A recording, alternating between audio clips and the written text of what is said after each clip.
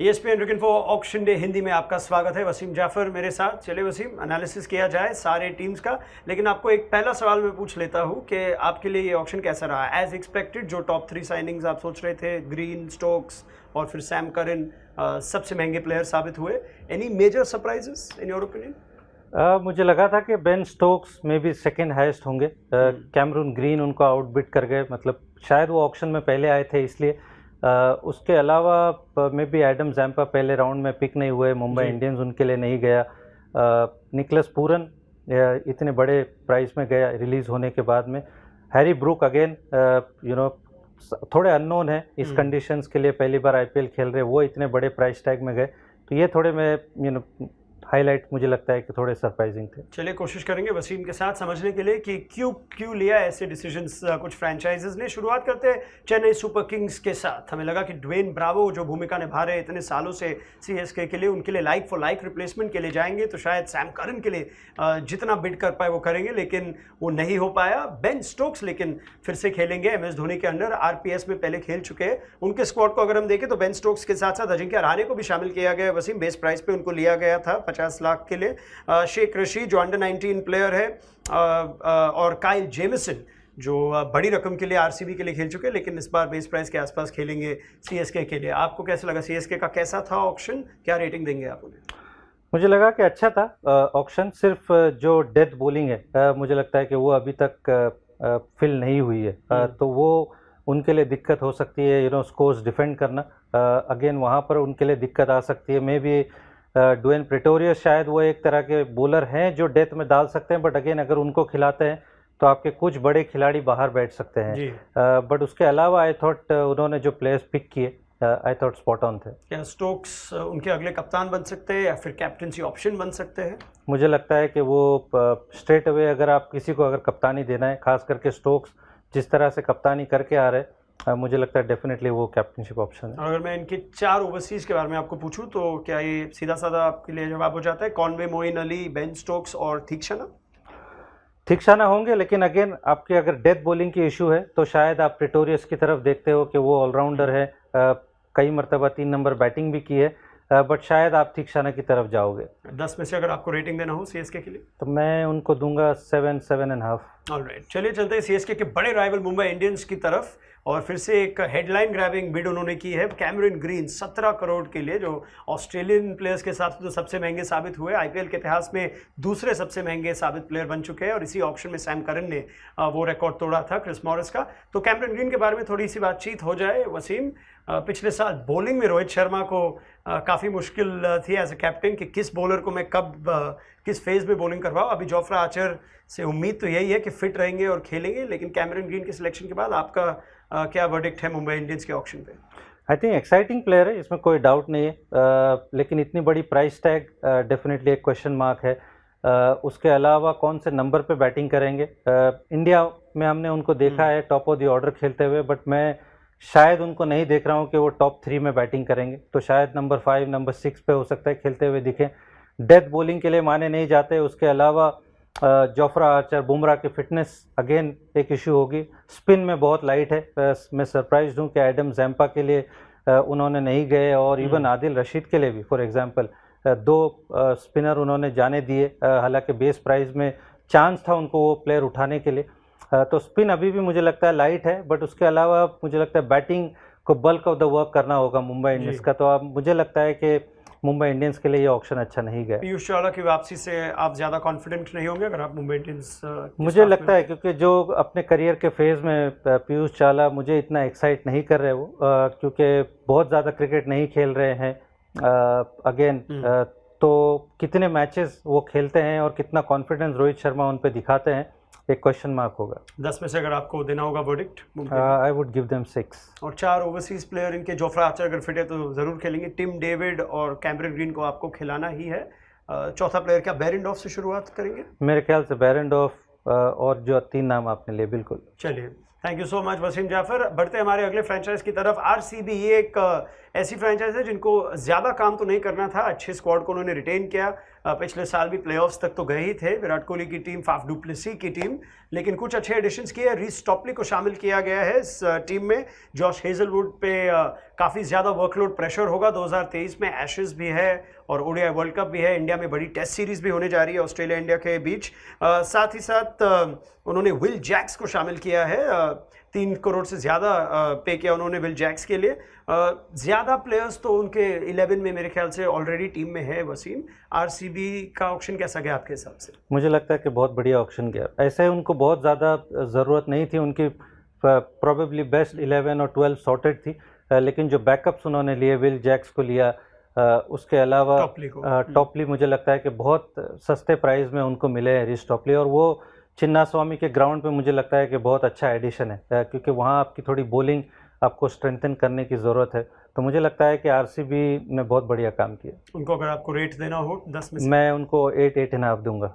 और इनके जो ओवरसीज प्लेयर्स है, आई थिंक वो प्रीटी मच ओरिजिनल टीम में से ही आप पिक कर सकते हैं। जी हाँ, बिल्कुल। मेरे ख्याल से Faf du Plessis, Maxwell, Hasaranga और Josh Hazlewood at the start. Chinnaswamy stadium में वापस खेलेंगे आरसीबी, तो इनके लिए अच्छा ऑप्शन रहा। हालांकि ज़्यादा काम, ज़्यादा मेहनत उनको नहीं करनी पड़ी। चले चलते हैं हमारी नेक्स्ट टीम की तरफ, कोलकाता नाइट राइडर्स। बिल्कुल आरसीबी जैसी सिचुएशन में थे, ज़्यादा उन्होंने जो भी बिजनेस करना था ऑक्शन के पहले ही कर लिया। शार्दुल ठाकुर को ट्रेड कर दिया उन्होंने दिल्ली से। लॉकी फर्गुसन अब फिर से खेलेंगे केकेआर के लिए। बिफोर ऑक्शन उनको ट्रेड किया गया था गुजरात टाइटंस की तरफ से रेमोनुल्लाह गुरबाज के साथ साथ। ज़्यादा पर्स तो उनके पास थी नहीं, लेकिन एडिशंस कुछ किए हैं वसीम इन्होंने। डेविड वीसा को शामिल किया गया है, लिटन दास को शामिल किया गया है, कुछ डोमेस्टिक प्लेयर्स भी आ चुके हैं वहाँ पे, कुलवंत खेजरोलिया, वैभव अरोरा और मनदीप सिंह, जो अभी एक नए फ्रेंचाइज के लिए खेलेंगे। तो केकेआर का ऑक्शन कैसा रहा? मुझे लगता है कि उन्होंने मोस्ट ऑफ द वर्क जो ट्रेड विंडो था वहाँ पर किया। अगेन मुझे लगता है कि उनकी जो बेस्ट 11 है वो सॉर्टेड है, बट जो बैकअप उन्होंने लिए हैं, मुझे लगता है कि अच्छे बैकअप्स लिए। उनके पास ज़्यादा पर्स अवेलेबल नहीं था, बट जो बायज उन्होंने किए आई थॉट तो वो स्पॉट ऑन थे। लिटन दास और शाकिब दोनों को शामिल किया गया है। हम देखते नहीं है काफ़ी कि 2 बांग्लादेश प्लेयर्स एक फ्रेंचाइज के लिए खेलेंगे, तो कोलकाता ने इतिहास में हमने देखा है कि they like their Bangladeshi players. जी हाँ, बिल्कुल, और बांग्लादेश का सपोर्ट रहेगा केकेआर को। But most of the season मुझे लगता है कि शायद वो दोनों अवेलेबल नहीं होंगे, क्योंकि बांग्लादेश इंटरनेशनल क्रिकेट में बिजी होगा। बट मुझे लगता है कि गोइंग फ्यूचर में शायद बड़ा ऑक्शन हमको ना मिले, तो हो सकता है ये प्लेयर होल्ड कर सके। लिटन दास खास करके मुझे लगता है कि बहुत बढ़िया एडिशन है। रसल और नारायण तो ऑब्वियसली आपके स्टार्टिंग ओवरसीज चॉइस में होंगे। Lockie Ferguson I am assuming, क्योंकि बड़े रकम के लिए उन्होंने ट्रेड किया उनको, शायद टीम सऊदी के पहले खेलेंगे। क्या रेमोनुल्लाह गुरबाज आपके चौथे ओवरसीज होंगे टू स्टार्ट? मुझे लगता है रेमोनुल्लाह गुरबाज को मौका देना चाहिए। बहुत बढ़िया फॉर्म में है जहाँ भी वो खेल रहे हैं। और जैसे आपने कहा, नारायण, रसल और लॉकी फर्गुसन। 10 में से अगर आपको केकेआर के ऑक्शन पे रेटिंग देना हो तो? मैं उनको दूंगा 8। Alright, let's go to our next team. Wasim Jaffer को काफ़ी खुशी होगी कि इतने अच्छे प्लेयर्स के साथ उनको काम करने का मौका मिलेगा। पंजाब किंग्स की तरफ चलते हैं, और इन्होंने मतलब बॉस ही कर दिया ऑप्शन, ऐसे लग रहा है Wasim. Is it fair to say कि सैम करन जैसे ही सनराइजर्स हैदराबाद ने अपनी स्ट्रैटेजी, अपनी रणनीति बाकी टीम्स को दिखा दी, तब ऑलमोस्ट गिवन फॉर ग्रांटेड हो गया था कि सैम करन तो पंजाब के लिए खेलेंगे। मुझे लगता है SRH played to Punjab Kings hand, और सैम करन ही चाहिए था, और सिकंदर रजा, 2 प्लेयर जो हमारे रेडार में थे, ऑलराउंडर्स ऑब्वियसली। वहाँ हमारी middle order, lower middle order बहुत स्ट्रांग हो गई, दोनों ऑलराउंडर्स है। डेथ बॉलिंग सॉर्टेड है, बैटिंग बिल्कुल पावर हाउस है। Last year almost one of the best top order थी। तो मुझे लगता है कि जो प्लेयर्स चाहिए थे वो प्लेयर्स मिले। तो मुझे लगता है पंजाब किंग्स का ऑक्शन बहुत ही बढ़िया था। टॉम मूडी ने कहा कि अगर आप 4 ओवरसीज प्लेयर्स सारे टीम्स में से निकाले तो पंजाब किंग्स के सबसे स्ट्रॉन्ग, सबसे अच्छे नजर आते हैं, क्योंकि सारे बेसिस कवर कर लेते हैं। तो बेस्टो, लिविंगस्टन, अब सैम करन और कगिसो रबाडा, क्या आप सहमत हैं उससे? बिल्कुल बिल्कुल, टॉप ऑफ द ऑर्डर। उसके अलावा भानु का राजापक्षा जो बाहर बैठते, एलिस हैं जो फास्ट बॉलर, वो आपके पास बैकअप है कगिसो रबाडा का। और जो डोमेस्टिक प्लेयर्स लिए, खास करके हरप्रीत भाटिया जो हैं, वो मुझे बहुत एक्साइट करते हैं। नंबर 3-4 पे वो थोड़ा मुझे सॉलिडिटी देते हैं एज ए अनकैप प्लेयर। तो बहुत बढ़िया ऑप्शन रहा। 10 में से अगर आपको अंक देना हो तो 10 दे दीजिए। मैं 10 दे दूंगा, लेकिन शायद मुझे यश ठाकुर एक्चुअली चाहिए था। अगर यश ठाकुर आ जाते तो वहाँ थोड़ी सी गड़बड़ कर दी, other than 9.5। Alright, terrific for Punjab kings. Wasim Jaffer ने दिए 9.5 आउट ऑफ 10, और काफ़ी बैलेंस पर्स भी वापस लेके जाएंगे, तो वो शायद कोचिंग स्टाफ में डिस्ट्रीब्यूट हो जाएगा वसीम, जीतने के बाद, ट्रॉफी जीतने के बाद। अभी इस साल नहीं जीतेंगे तो कब जीतेंगे भाई पंजाब किंग्स। सभी तारीफ कर रहे हैं आपके ऑक्शन की, तो let's hope for the best for Wasim Jaffer and the Punjab Kings side. Delhi Capitals की तरफ बढ़ते हैं। इनका एक काफ़ी सरप्राइजिंग ऑक्शन था, जिस तरह से वो बिडिंग कर रहे थे। काफ़ी प्लेयर्स उनके कब्जे में तो नहीं आए, लेकिन कैमरन ग्रीन की बिड पे कम से कम 13-14 करोड़ के आसपास गए थे। ऑलरेडी उनके पास डेविड वार्नर है, पृथ्वी शॉ है, मिचेल मार्श है। इवेंचुअली उन्होंने रायली रूसो को ऐड किया है इस टीम में। मनीष पांडे भी खेलेंगे यहाँ। काफ़ी सारे टॉप ऑर्डर के बैटर्स ऑलरेडी इनके पास है। और उसके साथ साथ अगर हम देखें तो ईशांत शर्मा की वापसी होती है दिल्ली के लिए। अब तक चल रही है ईशांत शर्मा की गाड़ी वसीम। जी हाँ, मैं एक्चुअली थोड़ा सरप्राइज हूँ कि वो अब तक क्रिकेट खेल रहे हैं, क्योंकि जो प्लेयर इतनी सर्विस दे चुका है इंडिया के लिए, 100 टेस्ट मैचेस खेल चुका है, वो आके फर्स्ट क्लास क्रिकेट खेल रहा है। आईपीएल में उनका बेस प्राइस 50 लाख है। तो मैं सरप्राइज हूँ, बट आई एम हैप्पी कि उनको पिक किया है एटलीस्ट किसने। शायद ये उनका आखिरी सीज़न हो सकता है आईपीएल का और उनके करियर का। बट मुझे लगा कि थोड़ा कंफ्यूज स्टेट में थे, हर एक के लिए बिड कर रहे थे। और जो प्लेयर ऐड किए हैं वो शायद खेलने वाले नहीं हैं। रायली रोसो शायद अगर कोई दूसरी टीम में जाते तो स्टार्टिंग 11 में हो सकते, बट ये टीम में शायद मुश्किल हो। मनीष पांडे अगेन वो नंबर 3 स्लॉट मुझे खाली दिखाई नहीं दे रहा है, तो थोड़ा सा कंफ्यूज स्टेट में थे। बट अगेन उनकी स्टार्टिंग 11 काफ़ी सॉर्टेड है। और मेरे ख्याल से जेसन होल्डर शायद वहीं पे हुए ना, जेसन होल्डर राजस्थान सॉरी जी। मुझे लगता है कि उनकी स्टार्टिंग 11 जो अगर हम देखें तो काफ़ी सेट है। बट अगर ऋषभ पंत, मुझे लगता है कि अगर वो ओपनिंग करते हैं, क्योंकि उन्होंने वो डिज़ायर दिखाया है कि उनको इंडिया के लिए ओपन करना है, तो उनके लिए प्रॉब्लम हो सकती है कि फिर डेविड वार्नर कहाँ खेलेंगे, मिचेल मार्श कहाँ पर खेलेंगे, नंबर 7 पे कौन खेलेगा। एक गैप जो था शार्दुल ठाकुर को रिलीज करने के बाद वो ये था कि उनकी भूमिका कौन निभाएंगे। मुकेश कुमार 5.5 करोड़ में एक बहुत ही अच्छी स्टोरी है, बहुत ही हार्ट वार्मिंग स्टोरी है। वसीम, क्या आप उनको सीधा प्लेइंग 11 में देखते हैं? जी हाँ, बिल्कुल। मुझे लगता है शार्दुल ठाकुर थोड़े से ऑलराउंडर कैटेगरी में आते हैं और वन चेंज आइडियली करते थे, बट दिल्ली के लिए न्यू बॉल डालने की कोशिश कर रहे हैं। बट मुकेश कुमार मुझे लगता है कि डेफिनेटली स्टार्टर है, अच्छे फॉर्म में है, नया बॉल डालते हैं, 140 प्लस डालते हैं बॉल, तो वो उनके ऑक्शन के जो प्राइस है उससे मैं हैप्पी हूँ और वो उनको खेलने का मौका मिलेगा, which is a good thing. इनके 4 overseas Warner, Mitch Marsh, Powell और नॉर्के, या फिर पावेल की जगह पक्की है इस टीम में? मुझे लगता है कि पावेल एटलीस्ट स्टार्ट तो पावेल से वो डेफिनेटली करेंगे ही। 10 में से अगर आपको उनको अंक देना हो तो?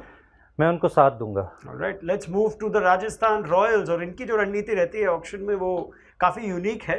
एक्सेलरेटेड राउंड के बाद काफ़ी सारा बिजनेस कर लेते हैं, और जब जेसन होल्डर का नाम हमने लिया तो वो अब राजस्थान रॉयल्स की तरफ से खेलेंगे। वो इनके इकलौते एक साइनिंग थे for almost 80% of the day Wasim.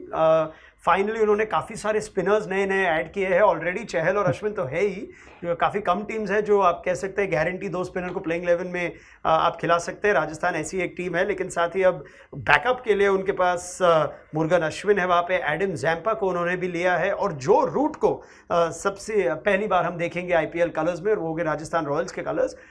In Rajasthan Royals के ऑक्शन को ज़रा एक्सप्लेन कीजिए। मुझे लगता है Rajasthan Royals actually lunch time के बाद ही आए ऑक्शन में। तो भी काफ़ी, क्योंकि वो होलसेल में उठाते हैं, जब उठाते हैं इवन लास्ट ऑक्शन में भी ऐसे किया। बट मुझे लगता है कि जेसन होल्डर का जो वो स्पॉट उनको जो मिला है ना, मुझे लगता है वो one of the best buys है। जो नंबर 7 उनका जो स्पॉट था, मुझे लगता है वो बहुत ब्यूटीफुली फिट करते हैं। स्पिन का बैकअप उन्होंने अच्छा लिया है। जो रूट अगेन मुझे नहीं लगता है कि खेलते हुए दिखाई देंगे, शायद रेड बॉल के साथ आए और एशेस की तैयारी करे। बट अदर देन दैट मुझे लगता है कि अगेन उनकी टीम सॉर्टेड है। जो उनके प्लेयर्स थे बहुत बढ़िया प्लेयर्स है। अगर 10 में से आपको नंबर देना हो तो? मैं उनको दूंगा 8। ऑलराइट, बात हो जाए सनराइजर्स हैदराबाद की। इनके पास सबसे ज़्यादा बिजनेस करने का मौका था, सबसे बड़ा बैलेंस पर्स भी था उनके पास, लेकिन 3 जो बड़े प्लेयर थे उनको शामिल नहीं किया गया। रणनीति उनकी डिफरेंट सी थी। तो वसीम से पूछते हैं कि क्या ये रणनीति सक्सेसफुल थी, हिट थी या मिस थी? क्योंकि 2 प्योर बैटर्स पे लगभग 22 करोड़ उन्होंने शुरुआत में ही खर्च कर दिया था, और फिर जो एडवांटेज था वो फटाफट उड़ गया। जी हाँ, लास्ट ईयर अगर हम देखें उनको तो उनकी बॉलिंग, फास्ट बॉलिंग स्पेशली बहुत स्ट्रांग थी, बट बैटिंग बहुत वीक थी, स्पिन बहुत लाइट था। तो वो डिपार्टमेंट थोड़ा भरने की कोशिश की, बट उन्होंने अपनी स्ट्रैटेजी बहुत जल्दी रिवील कर दी। मे बी अगर शायद ऑलराउंडर्स पहले आते जी तो शायद डेफिनेटली हम उनकी टीम में देखते, बट वो जो बैट्समैन फिल करने के लिए मुझे लगता है कि वहाँ पर उन्होंने अपना बहुत सारा पर्स दे दिया। हैरी ब्रूक के ऊपर इतना पैसा लगाना थोड़ा क्वेश्चन मार्क है, हालांकि क्वालिटी प्लेयर है। मयंक अग्रवाल हम एक्सपेक्ट कर रहे थे कि अच्छे पैसे में जाएंगे, क्योंकि इतना एक्सपीरियंस होल्ड करते हैं। एक कैप्टन मुझे लगता है कि इस टीम में मैं कोई जेन्युइन ऐसा कैप्टन लीडर नहीं देख रहा हूं, तो वो एक क्वेश्चन मार्क है कि कौन इस टीम को लीड करेगा। और अगर जिसको ये कैप्टन बनाते हैं और अगर कुछ मैचेस हार जाते हैं तो क्या वो चेंजेस हमको देखने मिलेंगे। तो ये सारे क्वेश्चन मार्क मुझे लगता है कि हमको शायद दिखाई दे आगे। तो अगर आपको एक कैप्टन चुनना हो इस टीम में तो क्या वो एडन मार्करम होगा या फिर भुवनेश्वर कुमार जो पहले कर चुके हैं कप्तानी? मुझे लगता है यही दो ऑप्शन है। प्रोबेबली एडन मार्करम मेरे ख्याल से शायद उनकी तरफ देखिए, क्योंकि भुवी पहले लीड कर चुके हैं, तो शायद एडन मार्करम से शायद वो कप्तानी करवाए। आपके राय में Mayank Agarwal as a captain candidate ने उनको बस बैटिंग करने दीजिए? मुझे लगता है कि वो बेहतर है कि उनको आपसे बैटिंग करने दो, क्योंकि एक फ्रेंचाइज क्रिकेट लीड करना और स्टेट और कंट्री लीड करना मुझे लगता है बहुत डिफरेंट है। तो शायद वो प्रेशर मयंक अग्रवाल ने अच्छे से नहीं किया है जो किया है। जो काफ़ी टीम्स जो ओवरसीज स्पिनर्स पे ज़्यादा इंटरेस्ट नहीं दिखाते ऑक्शन में, यहाँ पे सनराइजर्स ने आदिल रशीद को भी लिया है और अकील हुसैन को भी लिया है, साथ में मयंक मार्कंडे भी है as an Indian spinner. Rashid Khan के जाने के बाद वो एक गैप सा बढ़ गया था उनकी टीम में। तो क्या ये अच्छे साइनिंग्स हैं आदिल रशीद? आदिल रशीद बहुत बढ़िया साइनिंग है, मुझे लगता है कि बहुत अंडररेटेड प्लेयर है। पंजाब किंग्स के साथ मेरे शायद रिप्लेसमेंट में खेले थे 2020 या 21 में, बट बहुत बढ़िया साइनिंग है। उसके अलावा मयंक मार्कंडे मेरे ख्याल से बैकअप स्पिनर है। अकील हुसैन काफ़ी अच्छे ऑलराउंडर कैटेगरी में भी आ सकते हैं, वाशिंगटन सुंदर है वहाँ पर। तो आई फील काफ़ी अच्छा उन्होंने, मतलब जो उनकी फर्स्ट 11 जो बनेगी वो मुझे लगता है काफ़ी अच्छी बनेगी इस बार। काफ़ी सारे अच्छे अनकैप्ड इंडियन प्लेयर्स को भी उन्होंने लिया है, सनवीर सिंह, समर्थ व्यास, साथ ही JNK के विभ्रांत शर्मा। तो देखते हैं कैसा जाता है। नया सीजन, नए कोच है, नए डेटा एनालिस्ट भी है हमारे गौरव सुंदर अमन। तो ओवरऑल 10 में से क्या अंक देंगे आप आज? मैं दूंगा उनको 8। Alright, 8 out of 10 for Sunrisers Hyderabad. चलिए 2 न्यू फ्रेंचाइजेस रिमेन। शुरुआत करते हैं लखनऊ सुपर जायंट्स के साथ। सनराइजर्स हैदराबाद ने निकोलस पूरन को रिलीज किया ऑक्शन में और उनको एक बड़ा पेडे मिल गया। 16 करोड़ के लिए लखनऊ सुपर जायंट्स ने उनको लिया है, जो उनके सबसे बड़े साइनिंग साबित हुए। वसीम, सबसे पहले उस पर बातचीत हो जाए। Do you think that's a good signing, Pooran for 16 crore Lucknow? अच्छी साइनिंग है, बट मुझे लगता है कि बहुत बड़ा पे चेक उनको दिया गया है। जो जिस तरह के प्लेयर, जिस तरह का रिकॉर्ड IPL में है उनका, अब मुझे नहीं लगता है कि उन्होंने अब तक अपने आप को प्रूव किया IPL में। और जनरली आप अगर रिलीज़ होते हो तो आप एक्सपेक्ट नहीं करते हो कि ऑलमोस्ट उसके 75% आपको उसका इंक्रीज़ मिलेगा। तो मैं वहाँ पर सरप्राइज हूँ, बट अदर देन दैट मुझे लगता है कि उनका डिसेंट काफ़ी अच्छे ऑलराउंडर्स लिए। रोमारियो शेपर्ड को लिया है उन्होंने, डैनियल सैम्स को लिया है, वो लाइक करते हैं इस तरह के ऑलराउंडर्स का बनाना। नंबर 3 की पोजीशन मुझे लगता है अभी भी एक क्वेश्चन मार्क है, जो मनीष पांडे को रिलीज़ किया है। तो वहाँ पर कौन खेलता है, वो कैसे फिल करते हैं स्पॉट, वो देखना होगा। क्या आप समझते हैं कि निकोलस पूरन शायद 3 पे खेले या फिर दीपक हुडा 3 पे खेले? मुझे लगता है कि शायद दीपक हुडा को 3 खिला के शायद निकोलस पूरन को नंबर 4 खिलाएं। साथ ही अमित मिश्रा की वापसी होगी अब IPL में, क्या ज़्यादा गेम टाइम मिलेगा उन्हें?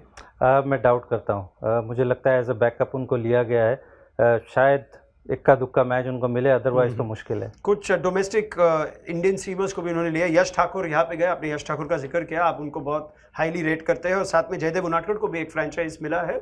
Good signing, good buys from Lucknow. जी हाँ, उनाडकट भी अगेन बहुत सारा एक्सपीरियंस है IPL का। उसके अलावा यश ठाकुर बहुत इम्प्रेसिव बॉलर रहे हैं डोमेस्टिक सर्किट में, तो उनका एडिशन बहुत बढ़िया है। 10 में से अगर आपको अंक देने हो उन्हें?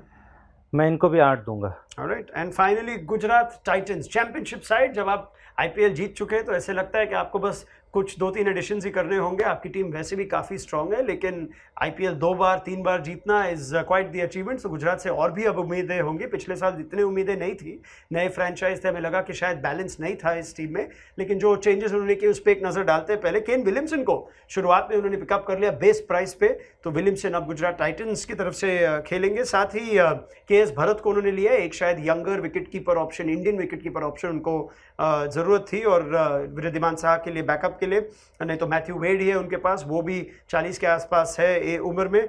और उर्विल पटेल को उन्होंने लिया है, मोहित शर्मा को उन्होंने लिया है, तो ये है उनके मेजर साइनिंग। साथ ही ओडेन स्मिथ भी शामिल हुए अब गुजरात टाइटंस में, और जॉश लिटल जो अपनी कंट्री की तरफ से इतिहास रचेंगे, पहले आयरिश खिलाड़ी होंगे जो IPL में देखे जाएंगे। तो गुजरात टाइटंस की परफॉर्मेंस आज मुझे लगता है उनका बहुत बढ़िया ऑप्शन गया है। ऐसे भी उनको बहुत ज़्यादा स्पॉट्स फिल नहीं करने थे, बट जो प्लेयर्स उन्होंने लिए, जॉश लिटिल, हम सब जानते हैं कि लेफ्ट आर्म सीमर आशीष नेहरा कितना पसंद करते हैं जी।